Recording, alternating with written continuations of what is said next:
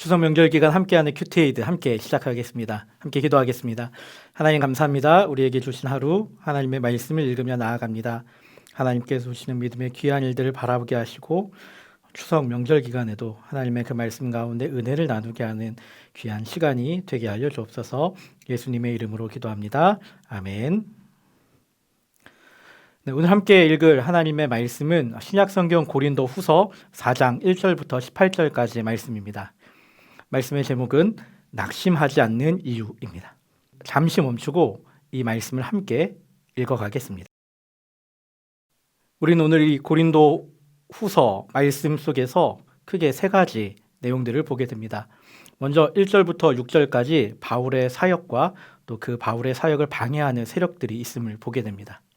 또 한 가지는 7절부터 15절까지 바울이 고난당했던 이야기들을 보게 됩니다.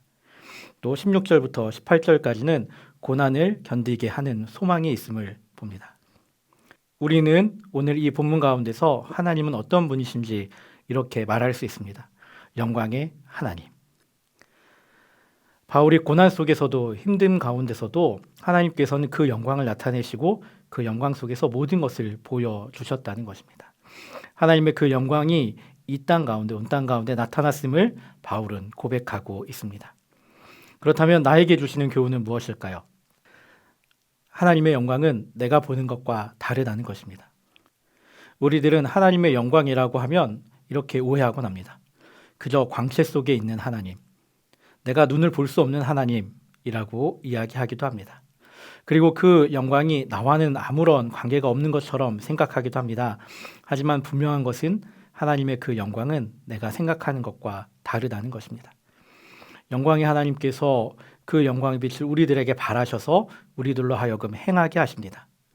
영광의 하나님께서 그 영광의 빛을 우리들에게 발하셔서 그 영광의 빛을 비추게 하십니다. 우리가 환난과 고난 속에 있을 때에도 하나님의 그 영광은 우리에게 비추십니다. 그리고 그 비추심을 통하여서 우리들에게 한 걸음씩 나아갈 수 있도록 도와주십니다.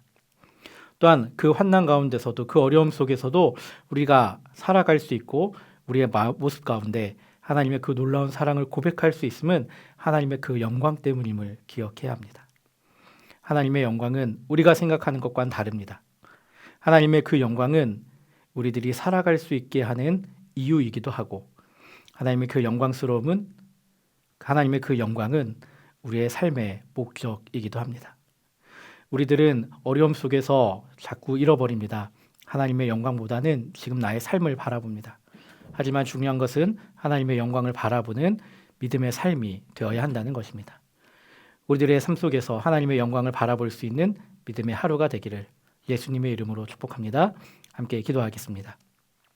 살아계신 하나님 아버지 감사합니다. 우리에게 주신 믿음의 귀한 하루, 하나님의 그 영광을 바라보며 나아갑니다.